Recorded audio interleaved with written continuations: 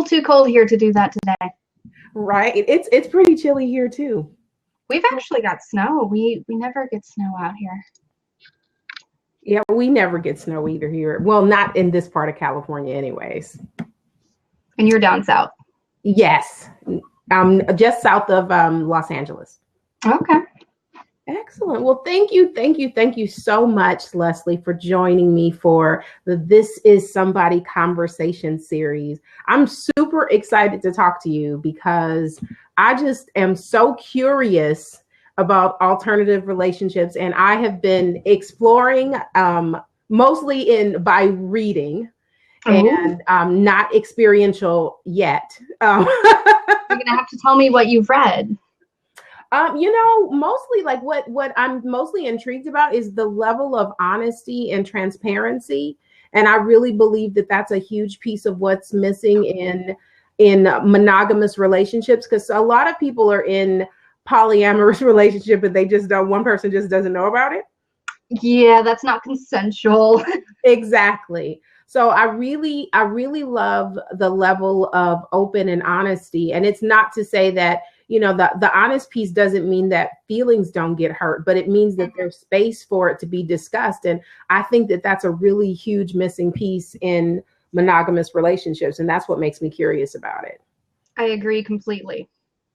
Yes. One of the things I really want to push is I'm perfectly fine with people choosing monogamy. Just because I'm polyamorous, I'm not trying to make everybody else be polyamorous. I just would like to see people consciously deciding for themselves what works for them. Yes. I want us to have authentic and honest relationships. That is exactly it. And that is definitely what I admire about, I have, some friends that are in polyamorous or non-monogamous relationships, but that's what I admire the most, is that there's this transparency. Like, when you talk to people about it, like I had a conversation recently, it was like, oh, well, people get hurt. And I'm like, people get hurt in monogamous relationships. What are you talking about? You not seeing our divorce rates? Right? Like, come on. Exactly. It's like people get hurt anyway, but at least, it's not a protection against your feelings, because feelings get hurt. That's what happens. But giving someone a choice, they get to choose whether they want to participate or not participate, whether that's the kind of relationship they want to be in. But like when you take someone's choice away, like that's just not okay. Yeah, I agree. Yeah, so I love that. So tell me about your body shame experience and how you transformed it into body love through your experience. So this is going to be a unique little story. I've got a very short, chubby BBW body type. It's impossible to shop for pants. Like, there's no way. And for the longest time, I was holding on to shame about that, because that is, not what we see in the media. We see tall, thin, skinny, all that. And that just wasn't me. I've got curves aplenty, and I've never had a lack of attention from either gender. But I was still holding on to a lot of shame for that. And then came a time when I was really low on cash. And I was like, you know what? There's an easy solution to this. Let's go on webcam. And let's be a webcam girl for a while. And you know what? That shit works. Wow. So not only did, I make some cash in order to get out of my tough situation, but my body shame went away because I experienced this overwhelming support, and it was very empowering to have this fan base who so loved me because of my body type, not in spite of my body type, which is something I had heard for so long from like friends and partners, is you're BBW, and that's not usually my thing, but I still love you. Right. Yeah, you hear that for so long, and you're like, well, okay, I'm glad I'm the exception to the rule here. Right. But it was really nice to have this fan base of people who loved me, not just because of my body type, because if you're on cam, there's plenty of other BBWs out there. It's a large category, Mm-hmm. but they stuck with me and they stayed with me because they liked me because of both my body and my mind, not just one or the other. Wow. That is a very unique story. I love though that you felt empowered. Did you experience any did you have any internal dialogue about being ashamed of choosing to allow yourself to use your assets literally to earn money? Now, I've always been a bit of an exhibitionist, and like I love sexting, and I've never had a problem sending photos of myself or going on cam with my like just one-on-one Skype with my friends, Mm-hmm. my guy friends with that special relationship. I've never had a problem with that. What caused me a little bit of emotional turmoil was choosing the category to place myself in.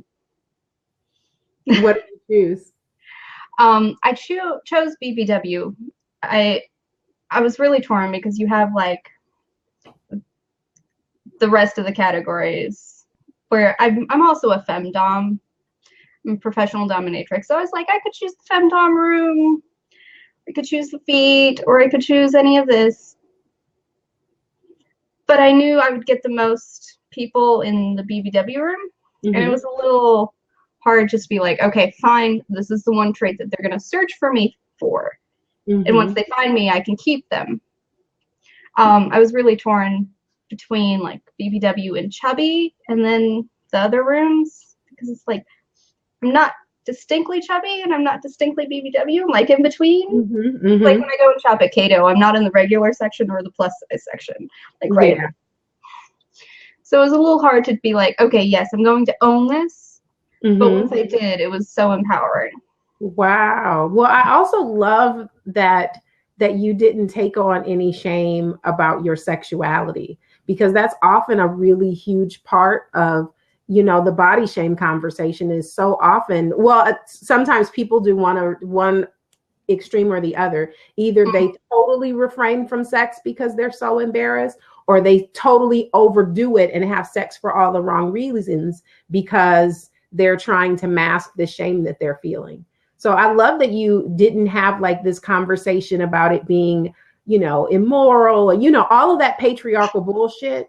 Yeah. About sex. I just read someone had posted a couple of days ago on Facebook, and she was saying that, I don't want to be with a man who's been with a lot of people, the same way a man doesn't want to be with a woman who's been with a lot of people. And I was like, that you don't want somebody that experienced bullshit. Like a dog is not like, what, bitch, I know you fucked the dog down the street and his friend and his friend, and so I can't get together with you. Like it's really that is just a conversation that we've been telling ourselves. And the fact of the matter is not to say that stuff matters to you. It really isn't something that's about, there's, because that is not necessarily a part of the safety conversation. And I think we should move past that as a society, because that mindset comes from a time when property was passed down through bloodlines. Mm-hmm. Since property is no longer passed down through bloodlines, we should move past this and accept and add in our increases in birth control. Right. Like humongous technology there, we can move past that and move into a sex positive mindset where you enjoy sex for the pleasure of it, not for reproduction or property. And clearly, that was part of the design. I mean, the clitoris wasn't like some knob that we evolved into. Like, it's not like this thing. It's not like something that phased in when the purpose of the appendix phased out. You know what I mean? Like, Yeah. It's always been a part of our bodies, and it's the one organ that has no other job but to be pleased. And if pleasure wasn't a piece of it, then it just wouldn't feel good. Like, we literally would just fuck to reproduce, and that's it. There would be no pleasure involved in it, and that's just not how it is. And the fact that we walk around acting like life isn't sexually transmitted is just ridiculous to me. you know, it's like, how did we get here? I mean, they're very few. Even now, there's still like petri dish babies don't exist. They still are, you know, adding. There's still that sexual spark, even if they start in a petri dish. Mm-hmm. There still has to be that spark of sexual energy for the cells to merge together. Yeah. Yeah. So I love that you didn't have that conversation, because I know that, you know, like that's one of those questions that people ask, like at parties, like, for $10 million, like, would you have sex for money? Or, you know what I mean? Like, oh yeah, for 10 million. Right? It's like, it's still this thing, you know, it's like, oh no, it's like so people, scandalous. exactly. Like people do it for free and in way less undesirable situations. And you're getting close to one of my hot topics here. Sex work is one of my hot topics. Why should we criminalize something that we give away for free? Right. And why should we criminalize it in the privacy of a bedroom? But if you're doing it on camera, it's okay. Right. Because you can take money for sex if you're being filmed. You can't take money for sex if there's no camera. And that's ridiculous. It's ridiculous. Like the government is unintentionally kink shaming non-exhibitionists. Right? You know, and that also brings me to like the porn conversation, because there's something so disembodied about it, the way that it's presented in movies, you know, the way that and so when people are watching it, I don't think that I just had a conversation yesterday with a woman who was talking brilliantly about porn, and she was saying that and I had to agree with her, like porn is a great way to get a man in his head and out of his body. And I was like, I hadn't really thought about it like that. And I think a lot of men don't realize that that's what they're doing. And because they are now in their head when they are with a partner, sometimes that leaves them having disembodied sex with women. And it's unfortunate. But when there's a conversation, which again brings me back to alternative lifestyles, and that's also one of the things that I believe, and you can tell me if I'm wrong, is often really depicted inaccurately in porn, is the whole BDSM community. Like it's in a lot of people think that it's just about like beating the hell out of someone, and it's not about surrender, and it's not about trust, and it's, you know what I mean? So am I wrong about that? Well, it depends on what you're watching. There are some better BDSM porn producers and studios than some of the others. I really like kink.com. Mm-hmm. They're actually very good at portraying full BDSM.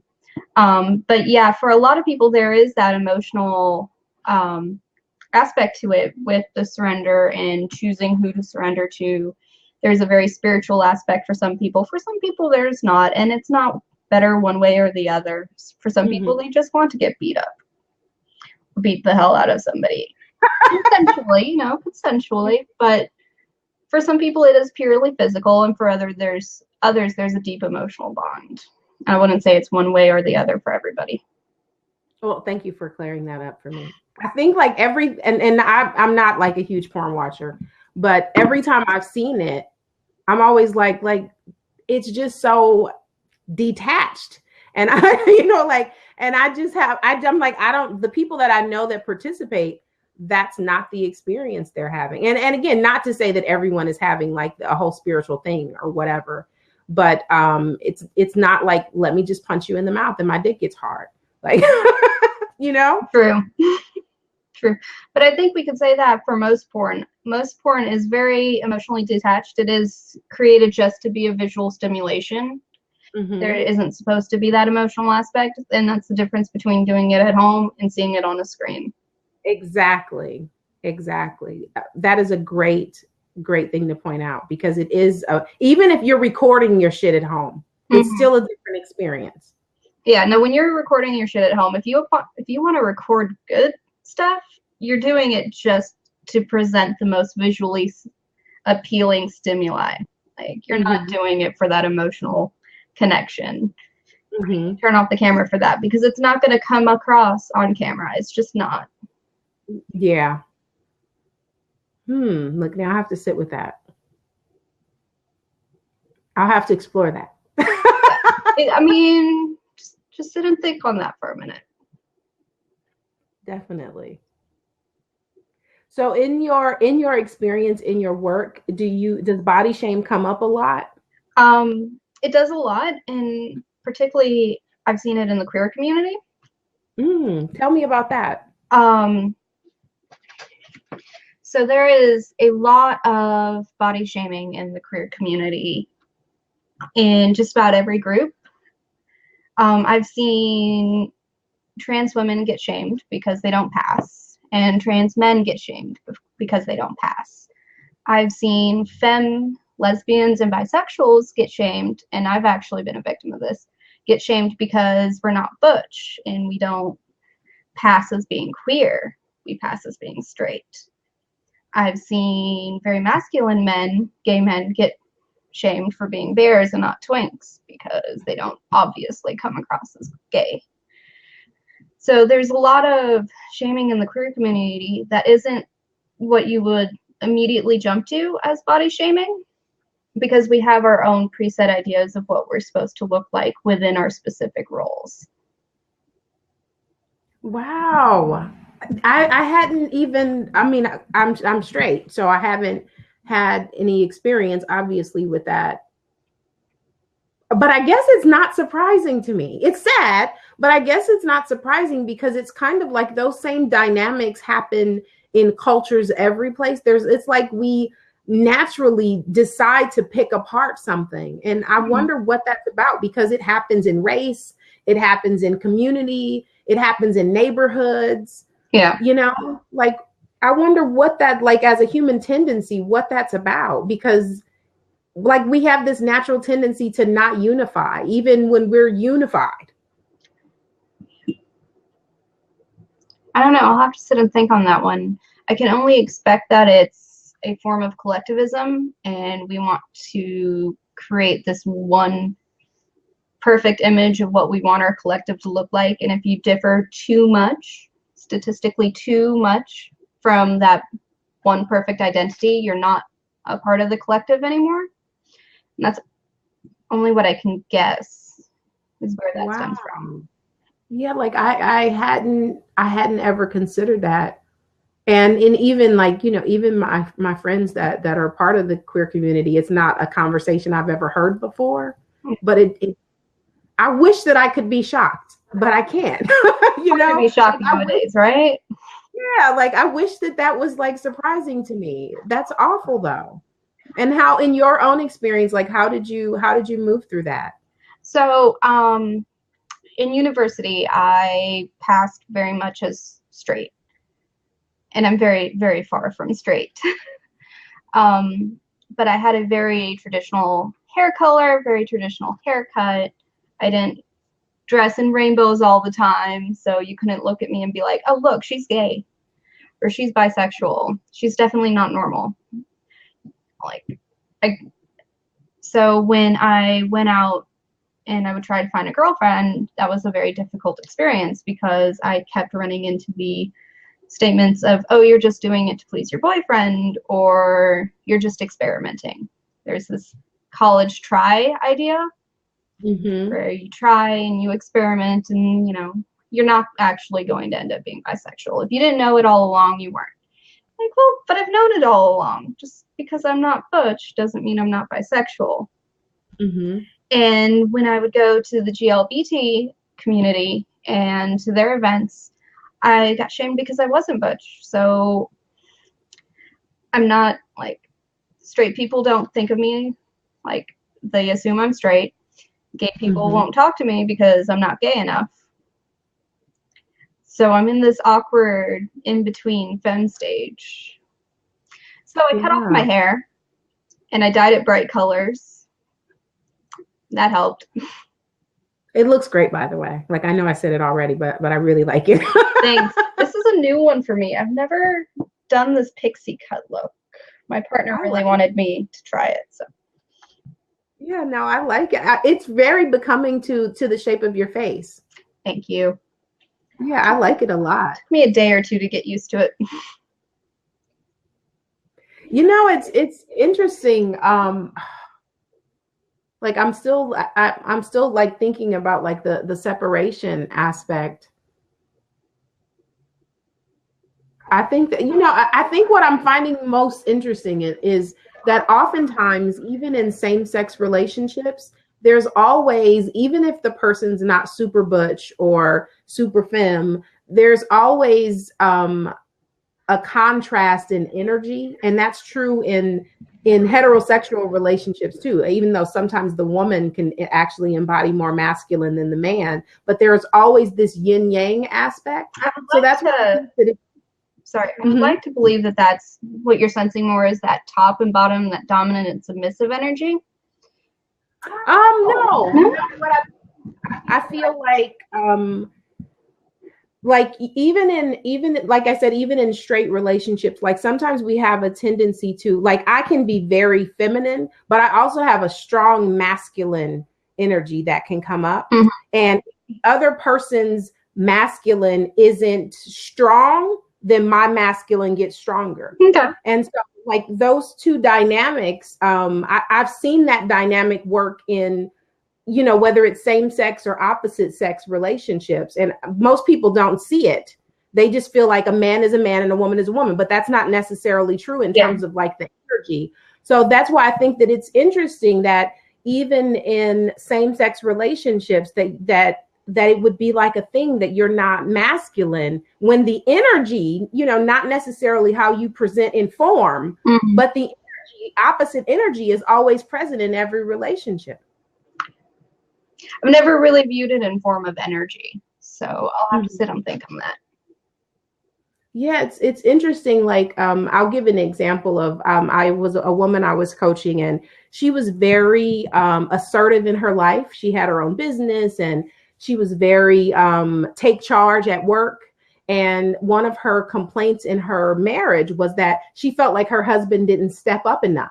Like he didn't take charge. And so I said, he can't. And she was like, what do you mean? And I was like, well, you are in this masculine energy all the time. And so because the way that the dynamics of the human dynamic works, he has no choice but to be more in his feminine, because you're bullying him with your masculine.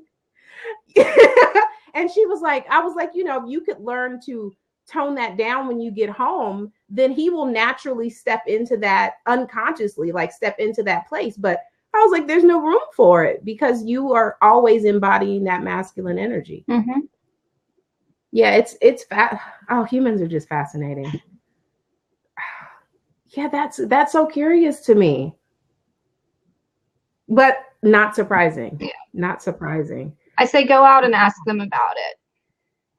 I definitely will. Like I immediately thought of a couple that I definitely could have this conversation with, and they have a huge it's a gay male couple, and they have a huge network. So I definitely will be asking questions. Not that I'm always asking questions anyway, but I'd never ever thought about this before, and now I'm like really curious to see how it's really showing up for people. Yeah. Just one more layer, right? Oh yeah, layers upon layers. Wow, like the shame just never, because that is a body shame, because literally, like, you're being shamed because you don't present in a way that people feel like is most acceptable. And that is definitely body shame. Mm-hmm. It is, very much. Wow. Look, I'm having such I'm like, oh my God, like, I'm trying to wrap my head around that. That is so interesting. And that's also a dynamic of body shaming that probably no one thinks about, because I hadn't thought about that. It's not something that the mainstream really thinks about. Like, you have to be integrally involved in the queer community to have it even pop up to your mind. Wow, that is so fascinating. That's so fascinating. Wow. And how do you, like, when you're presented, like when you're with your clients, when they present with this kind of dynamic, like, what kind of suggestions do you give to move through that? I don't actually handle body shame. I've got a wonderful friend out in San Francisco Bay Area who I refer people to for body shaming. So. Oh, that's good. Yeah, she focuses specifically on queer body shame. Oh, I'd love to talk to her. Like, let me. Yeah, I'd love to talk to her. No, I love that there are so many. I love that there's so many resources available right now. Like even though like some of the stuff that we see on the news and just that we see in our regular lives, it's so easy to feel like we live in the worst of times, but we kind of live in the best of times too, because there's so much available. We actually live in the least violent times that have ever existed in the history of humankind. Oh yeah. Because like you're almost guaranteed to not be killed by someone, whereas back in the day, like it was almost guaranteed that you would be killed by another human. So and opportunities are just so plentiful, but the resources available for almost anything that you could personally have going on, there's someone out there who's had the experience that could help you move through it. Mm-hmm. I love that. And then having social media and the internet and being able to connect to those people is amazing. Technology is amazing. How small is the world right now, right? I know. I think we went from, what was it, 6 degrees of separation? We're down to 4. Wow. Totally. I mean, to think that now, like, you can have like real-time conversations with someone that you can see on the other side of the world. Like, I think that is so phenomenal. Yeah, we're on the other side of the continent from each other right now. Oh, where are you? North Carolina. Oh, we definitely are. We're a lot of states removed. We're all the way coast to coast. Wow. Yeah, I really love that about being alive right now. Like when I hear people talking about, oh my God, the world is so, I'm like, it isn't.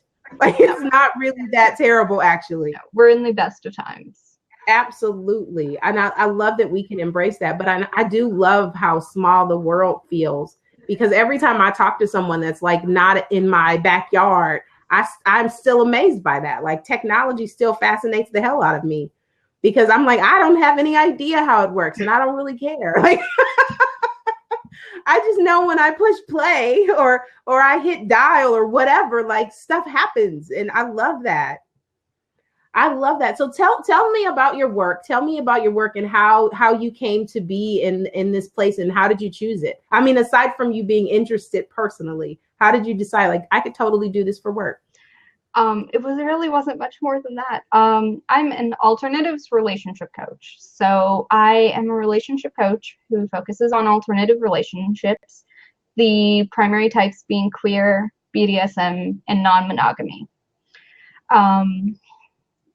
I really got started in it because I had a long desire to go into a counseling field. I've been applying for graduate schools, and that's very time consuming. But as I started looking around, I was like, well, maybe I can find something to fill up my free time before, like, while I'm taking this break and getting ready for graduate school. And I looked around and I was like, okay, relationship coaching would be cool. Let's look into it. There's nobody. And I've actually found one person this week, just this week, who does non-monogamy. I found a severe lack of people doing any of the alternative relationship types. So much that we are so poorly represented. I can't imagine if we, like, I looked into this training course for one of the institutes, and they were saying things like, committed is a monogamous relationship, and if you have a non-monogamous relationship, it's under the uncommitted. And that's not necessarily true. Maybe it's not best that I get trained through you. So, and they kept focusing on a man and a woman. Their phrasing was always a man and a woman. Well, okay, that also kind of irritates me. They said something about equal power exchanges in relationships. I was like, obviously you're not for me. You can have a completely happy, healthy relationship with an unequal power exchange. Like, well, in fact, most relationships are unequal power exchanges. Yeah, we just don't recognize it. Like, there's usually a dominant and a submissive type person within the relationship. I mean, if you have two dominants, they kind of butt heads a little. Two submissives, not a lot of shit gets done around the house. Right. And if you think back to the 50s, the male was typically very dominant and the female was typically very submissive. I mean, but the way they kept phrasing things, it was a very straight vanilla way of viewing relationships. And I know there's enough people out there who don't have representation in media. They don't have a whole selection of relationship help books sitting at their nearest bookstore. They don't have people on social media talking about how to have a happy queer or poly relationship. So I was like, well, I've been doing this a few years. Let's try. And that's how it happened. Just because I saw this need and it needed to be filled. It definitely does. And, you know, just in relationships in general, like, no one tells you how to do it. Like, there are plenty of folks out there that try. Yeah, it's like until you're in it, and sometimes you do need someone to help you maneuver it. And it doesn't necessarily mean you need therapy. Yeah, no. And that's the difference between coaching and therapy. Coaching is for people who are at a functional, healthy level and who are looking to grow. Therapy is for people who are dysfunctional and looking to heal. And that's a huge difference that I don't think the majority of people in the world recognize. At all. Yeah. At all. No, I definitely think you've got the market cornered, because I'm trying to think, like, I've seen only, and I can't think of her name. I've seen only one, and I don't know that she talked about polyamory, but I don't think that she was doing anything with like other alternative relationships. Yeah. If she's the one I saw this week and on Facebook. Yeah, that's probably the same woman. I don't know her name, but yeah. But yeah, it's probably the same woman. Because I've seen one other person. And I also think, like, I also think that your youth is something that's really important, because I do think that the millennial generation is a lot more open-minded. And I think also, but they also don't have, I also feel like they're not as, because they're open-minded and there's so much more breadth to everything, that there's a lack of guidance in certain directions. So I think that this is really important. Yeah. You know? I think we need somebody to take up that role of trailblazer and start making it easier for other people. There are a few books out there that have been written. I'm writing another book. I was going to say. But there are some books out there already that have done wonderful jobs of trailblazing. But as we all know, different people's voices speak to different people. Yes. And I would like to try and put another book out there in the market for people that book just didn't reach, or those books just haven't reached. Yeah, no, I love that. I think that your work is really important. Just because, again, like the people that I know that are in monogamous relationships need help. So, but you know, the people that I will say though, for the people that I know personally that are in alternative relationships, whether they're queer or whatever, the bond is different. And maybe it's just because I'm an outsider looking in, but I often am so in awe and admire so much the connection. And maybe part of that is just the fact that it's still a minority. I'm not really sure. I mean, and it could just be that it's different than me, and so I see it through different eyes. But I love the nurturing in those relationships of the people I know up close. Yeah. And I love that honesty piece, because that's really, and I'm like, oh, I know so many monogamous relationships that haven't a clue about even how to communicate with one another. And it makes me sad. And they wonder, like, why their relationships are failing so quickly, and why they choose to end relationships when it really could be a conversation a lot of the time. Yeah. And I think one of the beautiful things that we see in non-monogamous relationships, particularly in polyamory, is this focus on relationship transitions instead of just cutting things off completely. And on transparency and honesty. There's a joke in the polyamory community that we talk about sex more than we actually have sex. So we talk everything to death.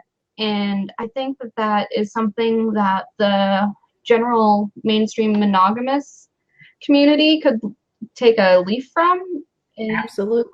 start Absolutely. talking about boundaries and limits and agreements. In polyamory, you sit down at the beginning of the relationship and you're like, this is what I define as flirting, this is what I define as cheating, this is what I define as this. And these are things that the monogamous population doesn't talk about.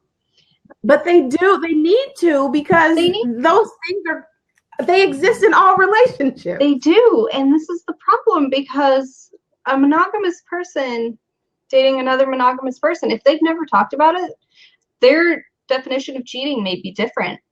Absolutely. So, and this is where we get a lot of these breakups and these accusations of cheating. Well, I only was texting with him.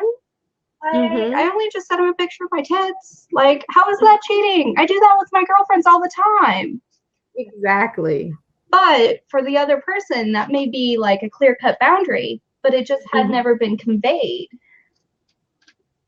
Absolutely. Now, you're speaking my language, because that's I find it so that's the piece. And when you have these conversations with straight people, when I mention it, the only thing they see when they hear polyamory in their minds, it just means that it's a bunch of people fucking a whole bunch of people. And I'm like, that's not even it. And a lot of times it isn't the case. They're having casual sex all the time. That's not it. A lot of people it just means that you have the capacity, which we all do, to be attracted to love more than one person. We all have that, and we would all love to think, and not to say that there aren't naturally monogamous people. There are people that's just how they are. Yeah, there was a study that I saw a few years ago, and I bring this up all the time, and I wish I could find the study again, but it showed that people, when polled, they were either naturally monogamous or naturally polyamorous. It was a bell curve on each point. Not very many people were in between. Yeah, I can see. I haven't seen the study, but I can imagine that. I really want to find the study again. I would love to read it if you do, because I can totally see that when you, because sometimes even the people that when in conversation, they might identify as monogamous, but in behavior, they are not. When I first started my polyamory journey, it was something similar to that. I had been engaged to a partner for many years, and we were getting close to the wedding, and he kept trying to hook up with his ex. He were trying, never succeeded. He kept trying to hook up with his ex. And it got to the point where I was tired of being lied to. And I kept calling him out. And I'm like, I know what you're doing. If you want to go have a one-night stand, that's fine. If you want to, do whatever with her, that's fine. You just have to tell me. One of the things is, I don't think for him it was about that. It was he was getting off on the thrill of lying and of hiding things. So while, yes, a lot of monogamous people are polyamorous by nature and are having a hard time not cheating because of it, I think there are some cheaters out there who are doing that because of the thrill of lying. So I think we need to make that differentiation. So many layers. Yep. So many layers. So tell us what's next for you. What do you have going on? What's next? What's next? I've got a whole list of things going on, so this is going to take a minute. Read it off. It's Friday. I am doing a webinar. I'm signed up. I know. My sign-up link is broken, so I need to go fix that and find that. But it is on How Kink Saved My Life. If you want to sign up for the webinar, you can send me an email at my email address here, and I will get you signed up. Excellent. What else? I have a new segment of my book coming out on Monday. Little scary there. This is going to be the first part of a series of mini books covering alternative relationships, both queer, poly, and kink relationships. I will be speaking at Liberty Forum next month, what is it? The 18th through the 22nd, I will be in Manchester, New Hampshire, speaking at Liberty Forum. Look at you doing the damn thing. I know, right? So it's gonna take off. It's going. Get ready. Look, I hope you got good shoes because I know I've got these books coming out. Got them all lined up. It's gonna be every 2 weeks. If you want to get on that email list so you're first to know, you can also send me an email at that email address. My links are not working. I have some stuff with MailChimp to figure out. Oh, the tech learning curve, like that's a whole nother blab, right? Right? Look, I've got that too. Let's let somebody else figure that one out. I'm gonna stick to helping introduce people to polyamory and to BDSM so that they can do it in a healthy and authentic way. And somebody else can figure out the technology shit. That's gonna be outsourced soon. Like you're not gonna have time anyway. I know. I don't have time as it is. Exactly. I can't thank you enough, Leslee, for this. I learned so much in this conversation. Like so many. I mean, I had so many eye-opening. Like now, I feel like I'm gonna have to. You're gonna have to send me some links to some books that I should read because I'm really curious and I'm a knowledge whore anyway. But I just want to understand. Mm-hmm. You know, I want to understand so that I can refer people to you. And know that it's a good fit, but also just because I'm so curious and fascinated by humans in general. So I want to know about the things that don't show up for me personally too. So thank you, because I've been schooled today. Well, thank you so much for having me. I had a great time on here. Well, I can't wait to see what color you choose for your hair. I know. I got to figure that out before Liberty Forum. I'll see it online, and I will definitely be seeing you on your webinar tomorrow. Like I put it on the calendar so that I would definitely be there live. So I'm excited about that. That's Friday. Don't scare me. Oh, today's Wednesday. Why? It's Friday. I know. 22nd. This week has gone by. I'm like, what day is it? Yeah, it feels like Thursday to me. No, it is. It's Wednesday, and the webinar is Friday, the 22nd. Yes. Because I need to finish my notes out for that. Oh my gosh. Don't scare me. Well, I do thank you. And how are you feeling? I didn't even ask you. How are you feeling today? I'm feeling better. The flare's going down. I've sent the partner off to get some almond milk so I can make that golden milk mix. Nice. As gross as it is, it actually helps. So. Well, I'm glad to hear that. Well, you are looking fabulous. I know I've said it a million times because I think you look beautiful today. And I'm loving those pearls, by the way. He just bought them for me. Oh, my goodness. Great taste, too. I know. They're and pink. He goes to the store. They're nice and pink. You can't really see it in the color. No, I can. I love them. They're beautiful. Well, good for you. Well, I'm so super excited for everything you have going up. And I will definitely be seeing you online and sharing your shit and referring people because I know people that need your services. So I will definitely be sending people your way when it comes up. So thank you. Thank you for being a trailblazer and for showing up in your wholeness unapologetically. I love that. And for helping other people to do the same. You're going to make me blush, woman. I'm just calling it like I see it. I don't even know how to do it any other way. Like I mean, because I see you and I think that it's so amazing because it's still a very small percentage of the people that actually talk about it out loud. Mm-hmm. We've got, the last number is 5% of the US is actively non-monogamous, but it's more like 1 or 2% that is open about it. Mm-hmm. I'd like to get us to the point where we're the next GLBT movement. Mm-hmm.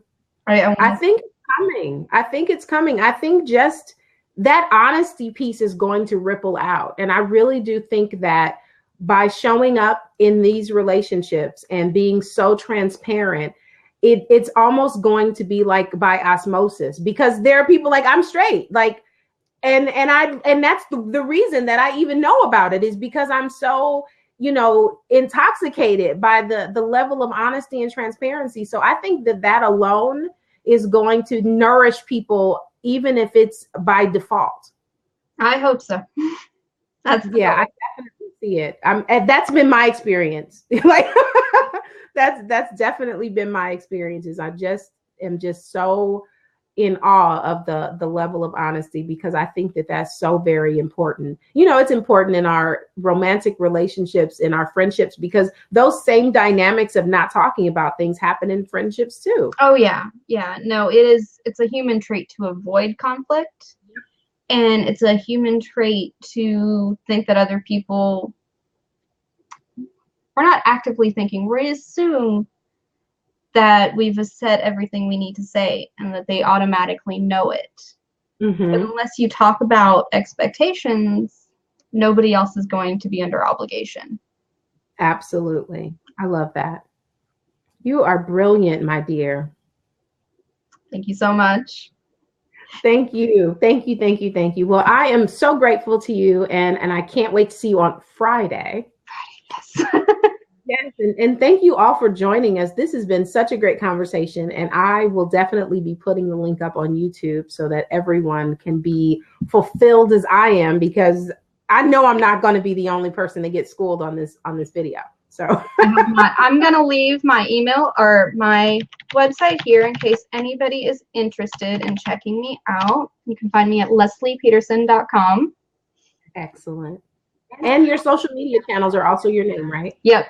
Yeah. No, I lucked out with that spelling. Nobody's ever got it. Excellent. Well, thank you so much, Leslee. Have a great and fantastic rest of the day, and take care of you. Thank you. You too. You enjoy that nice weather. I'm going to go. I am. I'm going to go outside. I haven't been. Avoid going outside. I don't want to get snowed out. I'm going to go in your honor because, I'm going to take it for the team.